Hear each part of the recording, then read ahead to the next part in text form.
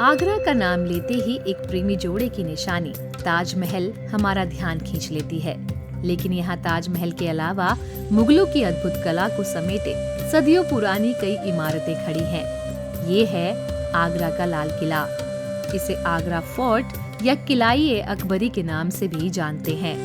आगरा का किला उत्तर प्रदेश के आगरा में यमुना नदी के दाहिने किनारे पर स्थित एक बहुत दूर तक फैला हुआ किला है, जो ताजमहल से 2.5 किलोमीटर दूर है। ये किला यूनेस्को की विश्व धरोहर की सूची में शामिल है।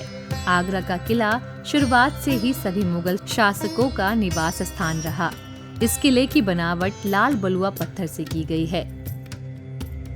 किले के 4 द्वार हैं: खिजरी दरवाजा, अमर सिंह दरवाजा, दिल्ली दरवाजा और गजनी दरवाजा।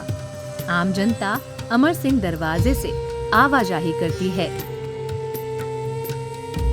किले के अंदर अद्भुत शांति है। दीवारों को छूकर मन विस्मय से भर जाता है कि कैसे संभव है सदियों बाद भी इन दीवारों का इस मजबूती से खड़े रहना। दीवारें ही नहीं, इसकी फर्श भी ऐसे बनाई गई है कि उस समय किसी भी सैनिक या हाथी घोड़े का पैर यहाँ फिसल नहीं सकता था। मुगल सम्राट अकबर ने 1565 के आसपास आगरा के किले का निर्माण किया था। किले के बाहर के ये दृश्य, ये मनोरम हरियाली किसी दूसरी दुनिया में होने का आभास कराती है। चारों ओर महलनुमा इमारतें और बीच में फैला ये आंगन राजसी घरानों की जीवन शैली बताते हैं। इस किले के ठीक सामने ताजमहल चमकता हुआ दिखाई देता है। आगरा के किले में आप देखेंगे जहांगीर द्वारा निर्मित जहांगीर हौज, जहां वह स्नान किया करते थे। आगे बढ़ते हुए शाहजहानी महल आपका ध्यान खींचता है। यहाँ फुलकारी वाली रंगीन चित्रकला महल में 4 चांद लगा देती है। आगरा किले की शोभा बढ़ाती हुई यह चमकदार सफेद संगमरमर की इमारत नगीना मस्जिद है, जो मुगलों की आस्था का प्रतीक है। अब बढ़ते हैं किले की महत्वपूर्ण जगह दीवाने खास की ओर। यहाँ बादशाह अपने मंत्रीगणों के साथ बैठक करते थे। दीवाने खास के साथ यहाँ दीवाने आम भी है। यह दीवाने आम जनता के लिए खुला होता था।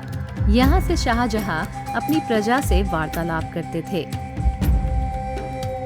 आगरा का किला अपने आप में हजारों कहानियां समेटे हुए है। इसने हृदय सम्राट अकबर से लेकर क्रूर औरंगजेब तक के किस्से अपने पास सुरक्षित रखे हैं। इसका हर महल अपनी सुंदरता और कला में अद्भुत है। मुगलों ने कला को एक नया आयाम दिया। ये दीवारें अभी सदियों यूं ही मजबूती से खड़ी रहकर हमारे अतीत, वर्तमान और भविष्य की साक्षी रहेंगी। अब हम बढ़ते हैं मुगल शासकों में से सबसे लोकप्रिय शासक महान अकबर के ख्वाबों की नगरी में। खूबसूरत महलों से घिरा हुआ क्षेत्र फतेहपुर सीकरी है। फतेहपुर सीकरी का मतलब है विजयनगरी। इसका निर्माण 1572 से 1585 ईस्वी के बीच हुआ। इसके सभी महल और इमारतें लाल बलुआ पत्थर से बनाई गई हैं। आंशिक रूप से संगमरमर का प्रयोग किया गया है। इस सीकरी के वास्तुकार का नाम वहाउद्दीन था। ये हिंदू वास्तुशैली और इस्लामी वास्तुशैली का संगम है।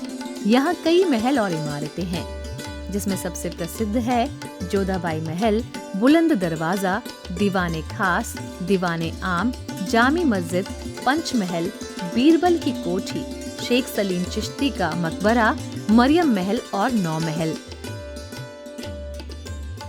प्रवेश करते हैं हम दीवाने खास में। यहाँ अकबर अपने मंत्रीगणों के साथ विशेष बैठक किया करते थे। ये महल बाहर से देखने पर 2 मंजिला प्रतीत होता है, परंतु अंदर जाने पर पता चलता है ये केवल भूतल पर बना हुआ है। आगे बढ़ते हुए यहाँ आप खजाने की छतरी देखते हैं। कुछ विद्वान मानते हैं कि यहाँ हिंदू ज्योतिष आचार्य बैठा करते थे, तो कुछ का कहना है यहाँ शाही खजांची का स्थान था, जो खजाने का हिसाब रखते थे। इन अलंकृत महलों की सुंदरता का पूरा आनंद लेने के लिए आपके पास पर्याप्त समय होना चाहिए। यह धरोहर इतनी अनोखी है कि हर भवन की वास्तुकला अद्भुत है। यहाँ की दीवारों पर हनुमान जी, श्री राम, हंसों का जोड़ा और हाथी उकेरे गए हैं। आगे बढ़ते हुए यह हरा भरा बगीचा है मेहताब बाग। मुगलों ने भवन निर्माण को जितना महत्व दिया, उतना ही महत्व प्राकृतिक सौंदर्य को भी दिया। दिल्ली हो या आगरा, मुगलों द्वारा बनाए गए बाग आज भी हवाओं में ताजगी और खुशबू घोल रहे हैं। मेहताब बाग शाहजहां ने ताजमहल को निहारने के लिए बनवाया था। यमुना नदी के किनारे 25 एकड़ में फैले इस बाग का निर्माण 1631 से 1635 के बीच हुआ। चांदनी रात में यहाँ के झरने में ताजमहल की अलौकिक सुंदरता नजर आती है, इसीलिए इसे चांदनी बाग भी कहा जाता है। 1997 में भारतीय पुरातत्व सर्वेक्षण ने इस बाग में उत्खनन करवाया तो यहाँ कई बेमिसाल वास्तुकला के नमूने उजागर हुए, जिसमें यहाँ के 25 फव्वारे, दाल पत्थर से बनी बारादरी, एक विशाल तालाब और एक कुंड के साथ उत्तरी प्रवेश द्वार है।